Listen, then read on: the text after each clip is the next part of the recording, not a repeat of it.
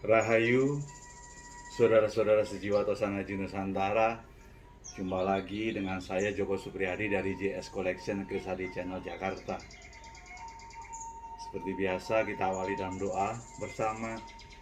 Semoga senantiasa segala yang terindah dan yang terbaik terlimpah untuk kita semua. Amin. Beberapa waktu kita nggak pernah ketemu lagi kita di tayangan ke-98 dengan tema JIS merupakan bagian dari kelompok pedang. Sekaligus kita akan mereview keris nomor 5380 dan nomor 5422. Langsung kita akan review dari yang pertama, JIS untuk yang 5422.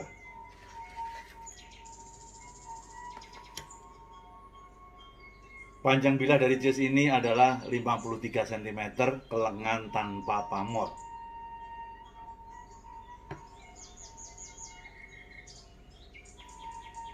Ciri-ciri daripada JIS adalah dia merupakan suatu bilah yang panjang, tapi dia juga ramping. Kedua sisinya tajam, sisi depan dan sisi belakang. Dia tidak memiliki gandek. Kekuatan daripada bilahnya ditopang oleh gonjo yang sedikit lebih panjang, yang terkadang ada odo-odonya, sehingga membuat lebih kuat. Sehingga kalau kita bicara masalah JIS, itu memang sangat sulit untuk ditangguh. Karena seperti di depan, tanpa gandek, tanpa condong leleh, tanpa greneng, padahal dalam menangguh, rincian itu sangat penting untuk membantu kita. Apakah dia gaya greneng mojo atau greneng PB, apakah kita melihat yang namanya itu looknya look Jawa Timuran atau Jawa Barat, sehingga memang sangat susah. Dalam menangguh JIS kebanyakan orang melihat dari sisi material besi dan pamornya. Inilah JIS. Kelebihan daripada JIS ini adalah besinya berserat, menunjukkan dari sisi tuanya daripada si JIS ini.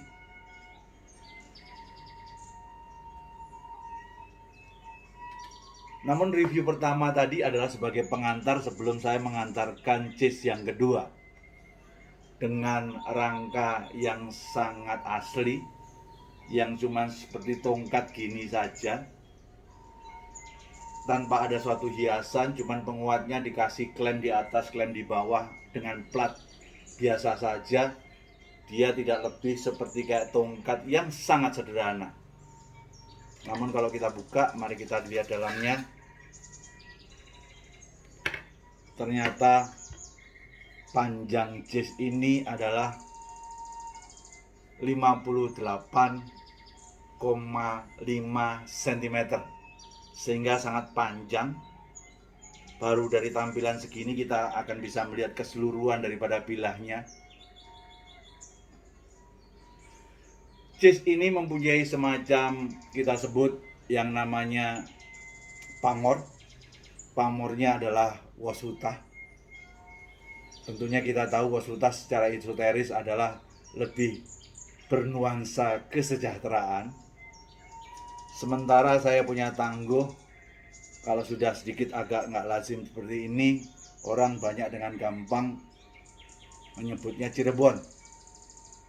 Namun kita akan susur lebih jauh untuk JIS kali ini. Ada sesuatu keunikan daripada JIS ini.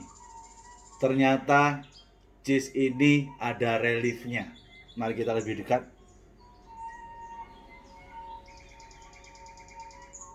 Sebelum kita masuk ke relief, saya tidak sebut ini sebagai JIS, karena JIS itu adalah depan tajam, belakang tajam. Namun belakangnya ini menyerupai pedang, yaitu adalah sisi gegernya ini tumpul, sehingga boleh saya sebut ini sebagai pedang JIS. Kalau yang pertama tadi adalah JIS, kalau ini adalah pedang JIS. Di punggungnya beraksarakan Pallawa. Kemudian di sor-soran bagian bawah di sini hurufnya Pallawa. Namun di sor-soran di sini tertulis 1817. Apakah itu pertanda tahun 1817? Lantas di sini ada gambar relief singo, dan di atasnya adalah relief tataan seperti kayak bunga, namun di baliknya ada banteng, hewan banteng dengan gambaran bunganya ke atas. Kita sama-sama tahu bahwa yang namanya singa lambang kekuasaan, kalau banteng adalah lambang kekuatan. Uniknya lagi adalah di atas ini ada raja. Dimulai dengan raja yang seperti garis gini, garis begini, itu kita sebut dengan Raja Pilulut. Kalau kita bicara pilulut tentunya adalah untuk kita sebut dengan agar kita ditresnani orang. Raja kedua adalah Kolocokro. Bicara Kolocokro adalah sebagai penolak guna-guna. Dan kemudian yang di bawah adalah kayak seperti huruf S, itu Raja Nur. Kalau bicara tentang Nur itu bicara masalah kewibawaan, bicara tentang masalah kita disegani orang, dan bicara masalah kekuasaan. Kalau kita lihat sandangannya sangat original sekali. Dan biasa saya biarkan apa adanya, biar kelihatan otentik. Namun kalau kita lihat dari sandangannya, ya seperti inilah kebanyakan keris-keris Jawa Barat. Karena kalau budaya berkeris kuat di Jawa Tengah dan di Jawa Timur, makanya keris-keris yang ada di sana sudah diberikan sandangan yang sangat luar biasa. Namun kalau di Jawa Barat, ya nggak tahu. Tapi yang jelas menurut saya kebanyakan keris di Jawa Barat yang kita temukan sandangan biasa. Pertanda bahwa konsep untuk memuliakan pusoko itu menurut saya kurang. Kebanyakan di Jawa Barat. Saya terus terang aja huruf Pallawa tidak paham. Kalau bicara tentang masalah angka, saya jadi paham. Kalau tertulis angka 1817, kalau kita bawa ke Solo, era itu adalah era PB. Ketika saya melihat bilahnya, kok sangat tua, sementara saya paham keris-keris PB yang masuk kategori nom-noman, korosinya sangat minim sekali. Saya meyakini bahwa keris ini, pedang jazz ini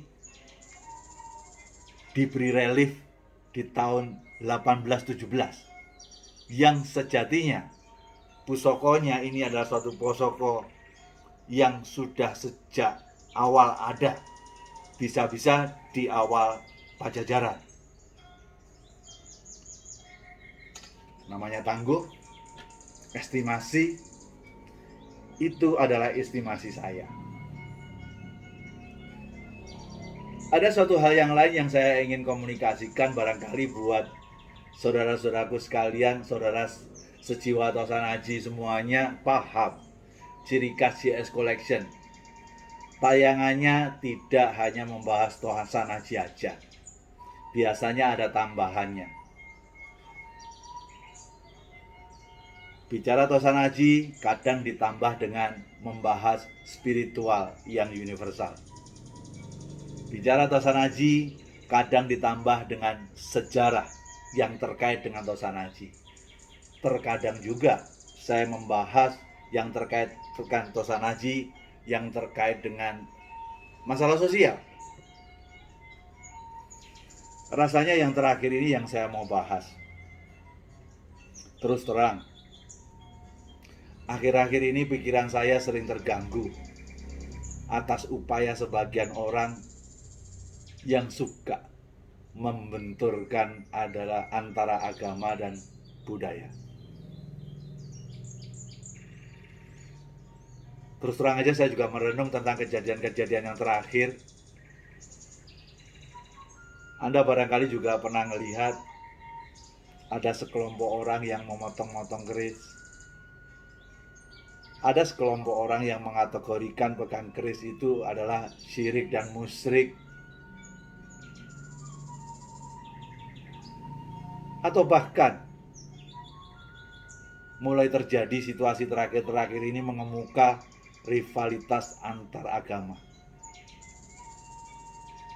Dan bahkan lebih dalam lagi, rivalitas dalam agama yang sama tetapi kelompok yang berbeda.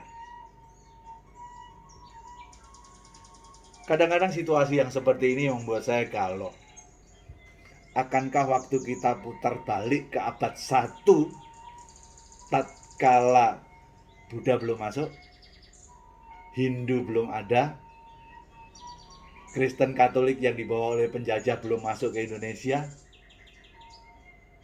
dan Islam pun juga belum ada. Saya hanya membayangkan yang ada hanya agama Nusantara saja. Akankah saat itu sama seperti sekarang? Jadi saya ini rasanya udah waktunya berani untuk memberikan semacam satu statement pribadi. Bagi yang suka monggo, yang nggak suka ya di skip saja. Perang Dunia I, Perang Dunia II adalah perang fisik. Dilanjutkan dengan Perang Dingin yang berakhir dengan bubarnya Uni Soviet. Amerika dan sekutunya yang memenangkan Perang Dingin.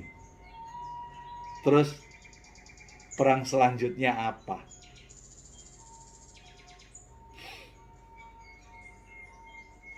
Menurut saya, menurut pemahaman saya, perang selanjutnya adalah perang agama dan perang ideologi. Pemahaman saya ini sangat berdasar. Ini bukan akan terjadi, tapi sudah terjadi. Tidakkah Anda melihat Libya ancur-ancuran? Tidakkah Anda melihat Syria yang tinggal puing-puing, padahal dulu Damaskus adalah suatu tempat tujuan wisata yang sangat luar biasa, eksotis sekali tempatnya, yang sekarang cuma jadi puing-puing saja. Bagaimana nasib daripada Yaman? Bagaimana nasib juga dari Irak yang tak kunjung pulih? Dan bahkan Afghanistan, negara yang hampir 100% semua penduduknya agama Islam pun tercerai-berai. Saya hanya berpikir, apakah hanya ada di tempat itu, namun karena itu suatu kejadian dan itu bisa merembet. Akhirnya saya renungkan, ternyata ketemulah tanda-tandanya. Tanda-tanda sebelum terjadi sesuatu peperangan itu, ketika mulai banyak orang yang menganut paham-paham yang radikal, disitulah awal muasal akan menjadi suatu peperangan. Karena kita tidak seperti zaman Singosari, tatkala keseimbangan antara Buddha dan Hindu akhirnya melakukan sesuatu kerjasama membentuk agama baru, namanya Siwa Buddha, di mana itu merupakan kombinasi agama antara Hindu dan Buddha. Kalau masyarakat sekarang tidak mungkin akan seperti itu, karena masyarakat sekarang egonya sangat tinggi sekali. Terus bagaimana dengan Indonesia saat ini? Ya buat saya, mau jadi apa Indonesia itu juga tergantung kita masing-masing. Sebenarnya kita bersyukur bahwa ada Pancasila dengan moto Bhinneka Tunggal Ika mengakomodasi agama yang berbeda, suku yang berbeda, semuanya bisa diakomodasi sehingga bisa duduk bersampingan. Kita juga bersyukur mayoritas Islam di Indonesia adalah Islam kultural yang dipandigani oleh NU. Kita bersyukur untuk itu. Namun saat ini pemerintah sedang kewalahan kadang-kadang membawai gemburan dari sana dan sini. Menurut saya saat ini pemerintah membutuhkan kita sebagai prasarana sekaligus untuk menunjukkan semangat bela negara kita, namun yang sesuai dengan porsi kita. Jangan melanggar aturan. Bela negara, jangan langgar konstitusi. Sebatas kapasitas kemampuan kita. Kalau yang sebelumnya kita merasa cuek. Kalau ada kejadian-kejadian awal yang Anda ketahui itu tidak tepat, jangan cuek, secepatnya laporkan. Karena sesuatu api itu kalau kecil bisa gampang dipadamkan, kalau sudah gede akan bisa juga menghanguskan rumah kita. Kalau ada tayangan-tayangan termasuk di YouTube yang tidak terlalu mendidik bahkan cenderung kekerasan, mari kita stop untuk melihat dan sharing daripada video tadi.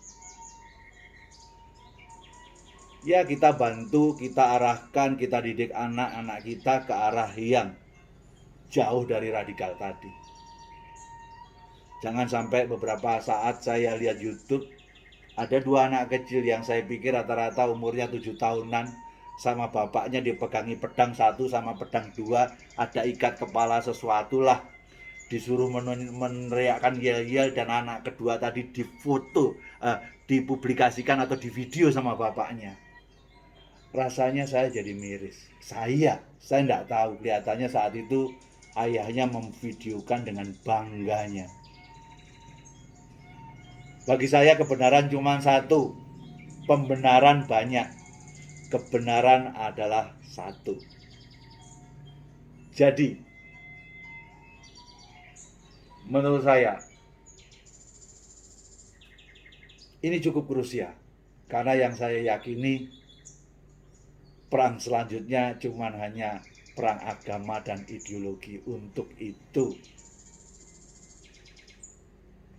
kita harus bantu sebatas kemampuan kita.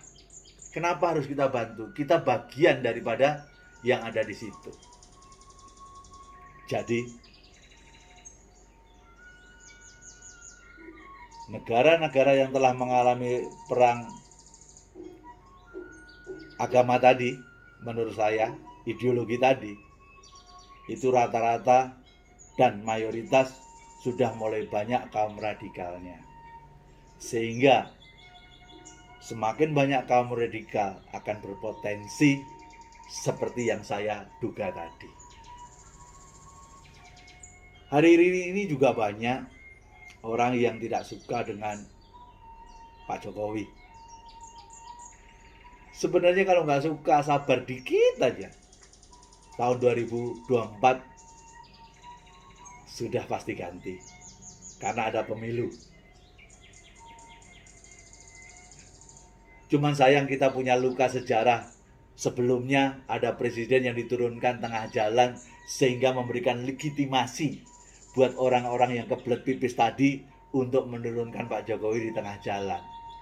Untuk itu, marilah kita belajar berdemokrasi yang lebih baik.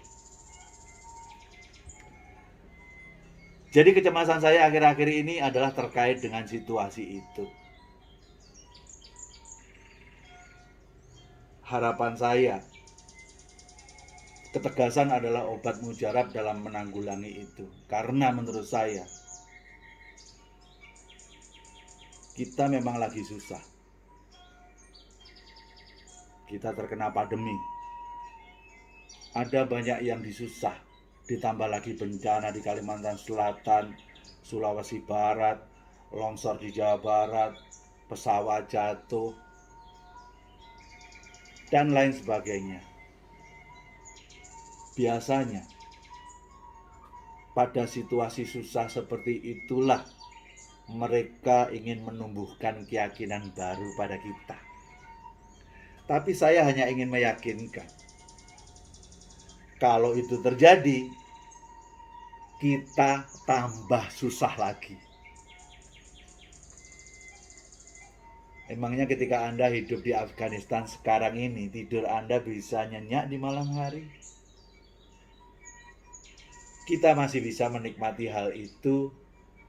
Mari kita pertahankan untuk kekokohan soliditas NKRI ini dengan Pancasila sebagai semacam satu-satunya dasar ideologi yang bisa memungkinkan semua agama untuk